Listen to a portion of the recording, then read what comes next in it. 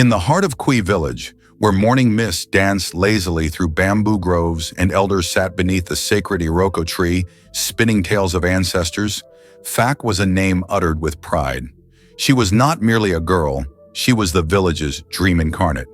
Born to humble yam farmers, but blessed with an intellect as sharp as the village chief's cutlass, Fak had always stood out like a moon among stars. From the moment she began school, her brilliance shone.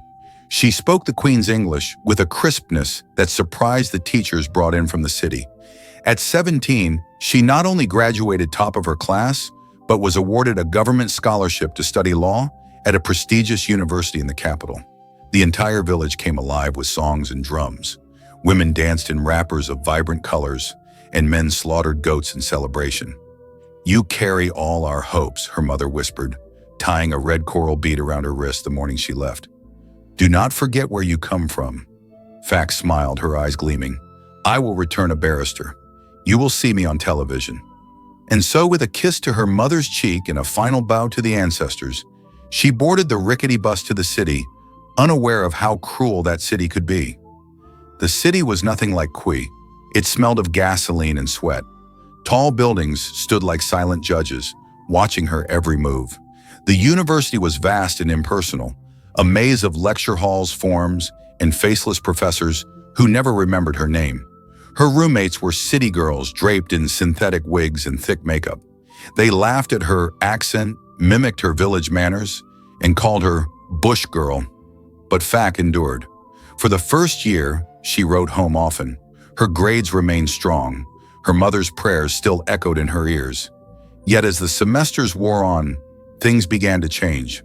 The scholarship money began to come late, sometimes not at all. She worked nights at a fast food joint near campus to afford books and rent. Hunger became familiar, so did the ache of isolation. She stopped replying to letters from home. She told herself she was busy. In her third year, Fak met Charles, a man in his late 30s who drove a black SUV and smelled of expensive cologne. He wasn't like the boys who mocked her tattered shoes. Charles wore Italian suits, took her to restaurants where waiters bowed, and bought her a second-hand iPhone she once only dreamed of owning. "You deserve more than this suffering," he whispered. "You're beautiful, brilliant. Let me take care of you." Fak resisted at first. She remembered her mother's warnings about men with gifts and sweet tongues. But desperation has a way of dulling old wisdom. Rent was overdue. Her school fees had doubled. Her final year project was stalled for lack of funds. So when Charles offered to help, she accepted, once, then again, and again. At first, she told herself it was love. Then she told herself it was survival. But deep inside, she knew she was trading herself in pieces. By her final year, the village barely remembered the girl who had once promised to return as a barrister. Her name was now mentioned in whispers, with uncertainty and unease. Her mother still carried her picture to the market, still told anyone who would listen that her daughter was studying law, still lit candles at the family shrine. But in truth, Fak had stopped going to classes. Her stomach grew rounder with a child not conceived in love, but in loneliness. Charles had vanished like the morning mist. Her lecturers had stopped taking her excuses. She lived in a one-room apartment shared with another dropout who taught her how to apply foundation and lie with confidence. Then the worst news came. Her scholarship had been permanently revoked. Her name had been withdrawn from the list of graduating students. Her world collapsed. No diploma, no law career, no money, no man, only shame.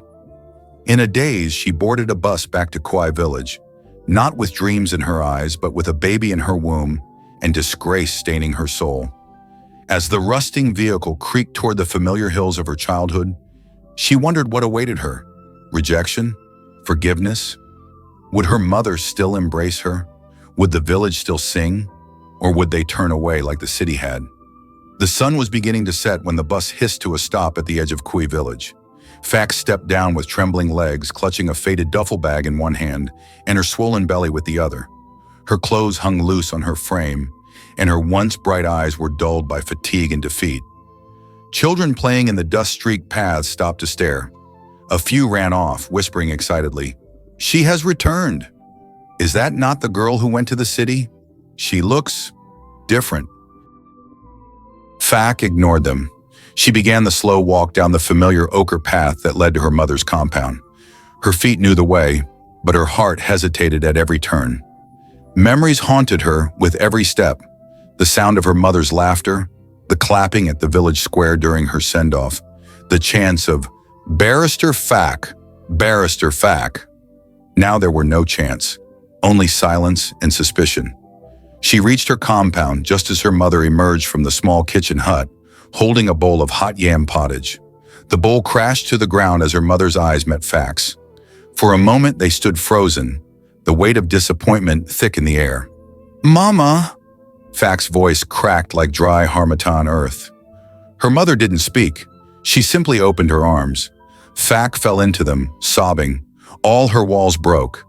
The village girl who had once dreamed of courtrooms and justice wept like a child, her tears soaking into the cotton wrapper of the woman who had never stopped praying for her. That night, the compound was quiet. Her mother said little, only rubbing balm on her swollen feet and offering her warm water and bitter leaf soup. But in her eyes, Fak saw it. The pain, the questions, the sadness she could not yet voice. Word of Fak's return spread like wildfire. By morning, the elders had heard. The women at the stream discussed her belly with glee and judgment. The church congregation murmured during service, whispering about how the city spirit had swallowed another child of Kui. At the village square, Elder Nwamadi shook his head. "We sent her to learn books, but she has returned with disgrace." Even her childhood friend Zeno, now a teacher at the local school, avoided her eyes when they met at the market. But no judgment was more painful than her father's. He arrived 3 days later from his farm in the uplands. When he saw her standing in the doorway, belly ripe and posture low, he didn't speak. He merely turned around and walked out of the compound. That night, he didn't return. Fak wept silently into her pillow. Her mother, Mama Idu, remained her only shield. "She is still my daughter," she told the village women, who came to gossip under the guise of concern. "I will not cast her away." "But what of the ancestors?" they asked. "What of the traditions? The gods will not accept this shame." Mama Idu stayed silent, but deep down, even she knew that the gods would demand retribution. Kui was a place where traditions were not mere customs. They were law, and law must be upheld. One morning, just as the Harmattan winds began to bite, Fak was summoned to the shrine. The Ndinze, the council of titled elders, had gathered. They sat in a circle around the sacred stone, wearing red caps and white wrappers, their faces carved with judgment. At their center stood the Okpulukpu, the village priest, his eyes white with chalk and his staff crowned with cowries. Fak was led forward, barefoot, her head bowed. The priest's voice rang out. "You were chosen to bring honor to Kui.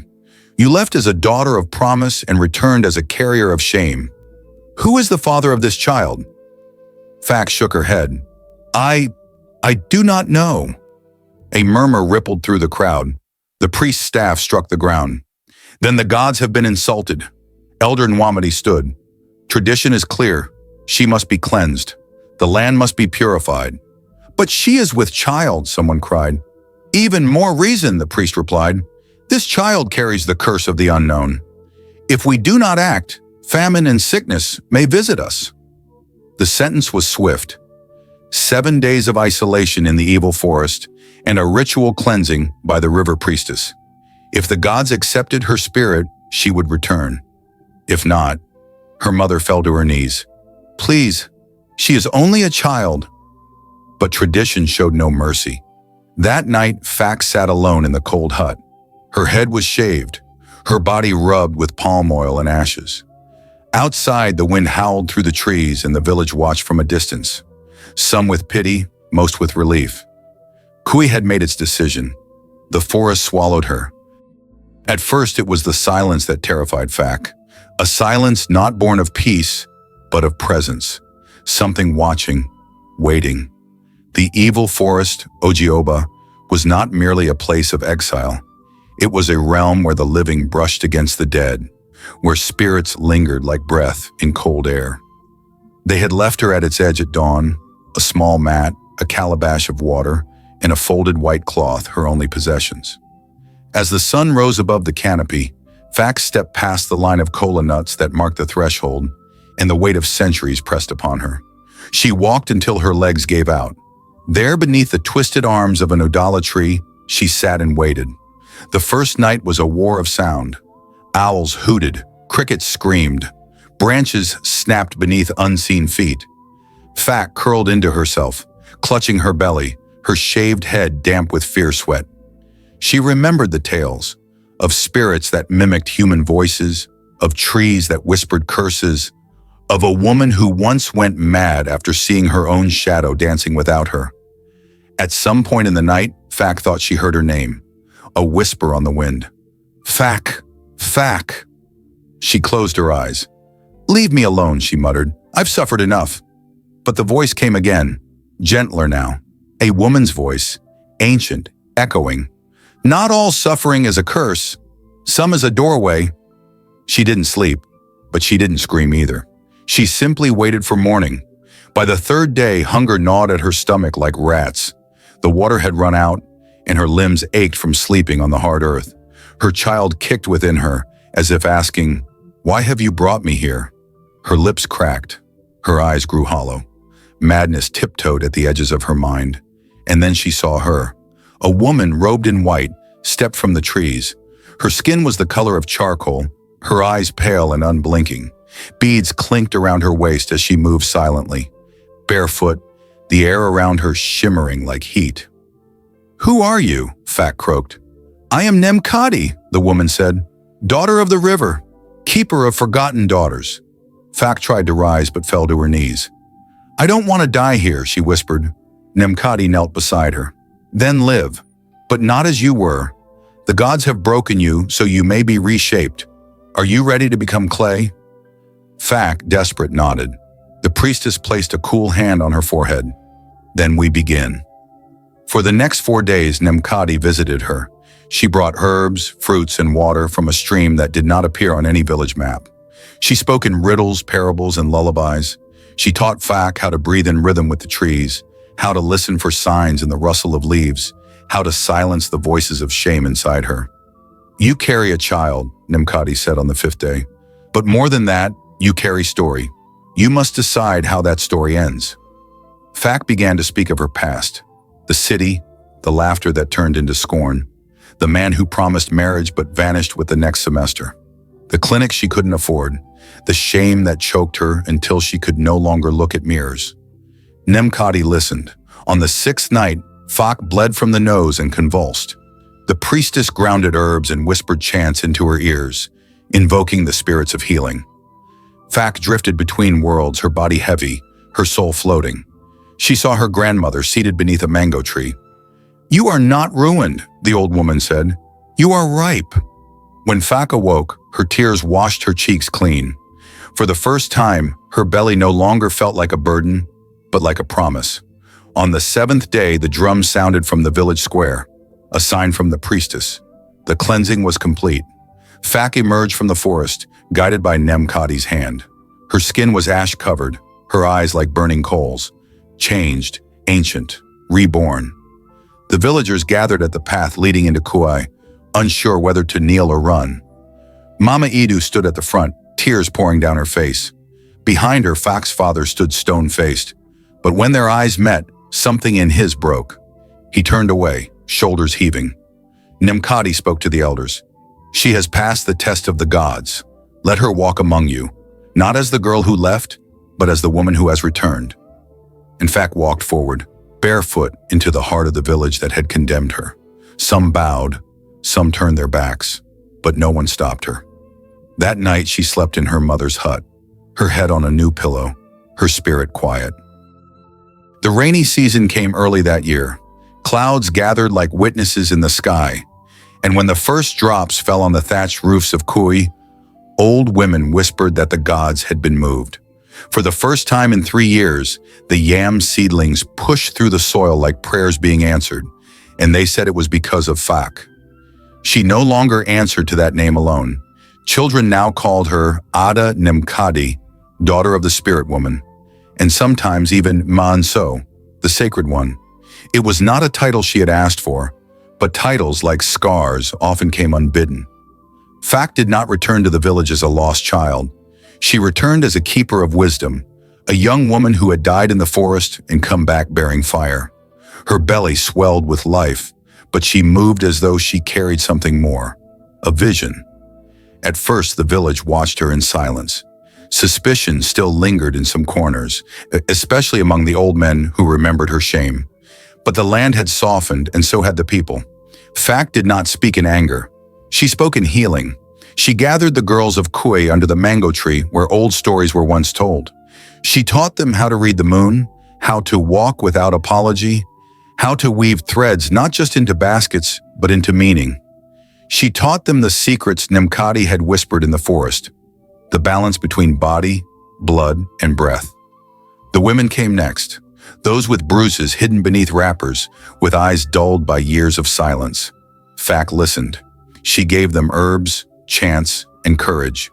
Slowly, homes that had once echoed with pain began to breathe again. Even the elders began to notice. Fewer quarrels at the stream, more laughter in the compound, a steadiness in the air. It was as though the gods had made peace with Kui through her. The child came under the full moon. It was a difficult birth, long, painful, and bloody. But Fak refused to be taken to the shrine. She squatted in the center of the compound, her hands clenched, her voice deep with chants she had learned in the forest. Nemkadi arrived in the night like a shadow, took her hands and spoke softly. "Push, daughter of fire. Let the world receive what it once rejected." And so the child came, a boy, eyes wide open, a birthmark on his chest shaped like a crescent moon. When he cried, the village dogs howled and the wind stirred the trees. They named him Obina, Father's Heart. The elders summoned Fak to the Obi. A decision had been made. The shrine, long neglected, was to be reopened, not as a place of fear, but as a house of light. They asked Fak to be its guardian, not a priestess of punishment, but of balance. She agreed on one condition, that no girl or woman would ever again be sent into the forest as punishment. "No more shame disguised as tradition," she said. "Let us remember that the gods do not hunger for blood, but for truth." The elders murmured among themselves. Some resisted, but the chief, old and weary, raised his hand. "So be it," he said. "Let this be her legacy." Years passed. Fak grew into her role like the earth receives the rain. Children were brought to her for blessings. Husbands and wives came seeking counsel. Even the most skeptical men now listened when she spoke. Not because she demanded respect, but because she carried it like a cloak. Obina grew strong and kind, loved by the village. He played with the children of those who once mocked Fak, and they laughed together under the same sun. Mama Idu lived long enough to see her daughter rise like dawn from darkness. And on the day she passed, she whispered, "My shame has become my crown." Fak wept. On the 10th anniversary of her return, the people of Kui gathered to dance beneath the Udala tree. Fak stood beside Nemkadi, who had come down from the hills for the occasion. Drums beat, calabashes clinked. The air was thick with celebration. One of the girls, a bright-eyed teenager named Uso, asked Fak, "Is it true you were cursed?" Fak smiled. "Number I was never cursed. I was called." "To what?" She turned to the sky. The rain had begun to fall again, soft and steady. "To remind Kui that even fallen things can rise," she said, "and even broken paths can lead home." And in that moment the village understood. The gods had not only healed Fak, they had healed themselves through her.